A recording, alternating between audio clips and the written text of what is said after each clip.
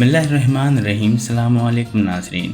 ترک drama serial Ertugrul Ghazi ترکی کے بعد پاکستان میں شائقین کی توجہ کا مرکز بنا ہوا ہے۔ خلافت عثمانیہ کے قیام کا منظر پیش کرنے والے اس ڈرامے نے شائقین کے دل اپنی طرف مائل کر لیے ہیں، لیکن یہ جاننا ضروری ہے کہ یہ سیریل واقعی ایک حقیقت ہے یا محض ایک ڈرامہ۔ ویڈیو شروع کرنے سے پہلے آپ سے گزارش ہے کہ ہمارے چینل کو سبسکرائب کریں اور بیل کے آئیکن پر لازمی کلک کریں تاکہ ہماری ساری ویڈیوز آپ تک پر وقت پہنچتی رہیں۔ ارطغرل غازی خلافت عثمانیہ بنانے والے عثمان کا باپ ہے۔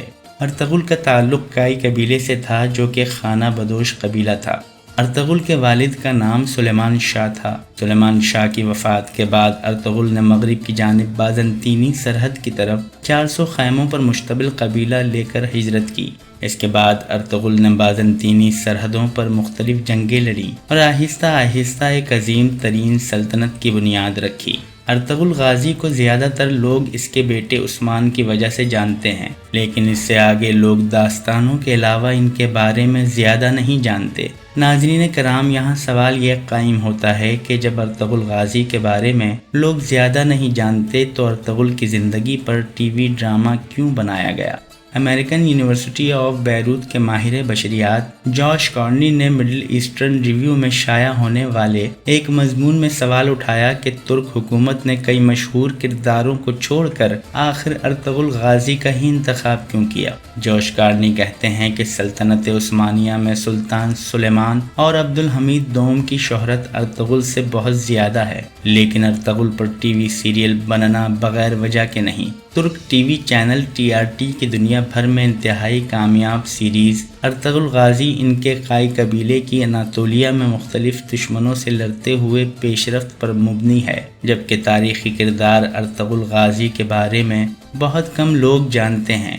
TRT کا کردار ترکی میں اور ترکی سے باہر مقبول ہے اور لوگ اس سے پیار کرتے ہیں۔ سن 2018 میں لکھے گئے اس مضمون میں کارنی کہتے ہیں کہ اس سیریز کے کئی پہلو ترکی میں ہونے والے آئینی ریفرنڈم کے اشتہاروں میں واضح تھے، جس سے کوئی شک نہیں رہتا کہ تاریخ اور پاپولر کلچر کو سیاسی فائدے کے لیے اکٹھا کر دیا گیا ہے۔ کارنی کہتے ہیں کہ ایک ایسے کردار کے بارے میں ٹی وی سیریل بنانے میں جسے لوگ نہیں جانتے، آسانی یہ ہے کہ اس کو کسی بھی رنگ میں پیش کیا جا سکتا ہے، جبکہ مقبول شخصیات کی خوبیوں اور خامیوں کے بارے میں لوگ آگاہ ہوتے ہیں۔ کارنی کہتے ہیں کہ اس سے پہلے سلطان سلیمان کے بارے میں سیریز اسی لیے اس طرح کامیاب نہیں ہو سکی تھی۔ کارنی کہتے ہیں کہ ارطغرل کے بارے میں سیریز بنانا ایسے ہی تھا جیسے کورے کاغذ پر مرضی کے رنگ بھر دینا۔ ناظرین، ویڈیو پسند آئے تو ویڈیو کو شیئر کرنا اور کامنٹ باکس میں اپنی رائے کا اظہار کرنا نہ بھولیے گا۔ ہمارے چینل کو سبسکرائب کریں اور بیل کے آئیکن پر لازمی کلک کریں تاکہ ہماری ویڈیوز آپ تک بر وقت پہنچتی رہیں۔ اب تک کے لیے اتنا ہی، اگلی ویڈیو تک کے لیے اللہ نگہبان۔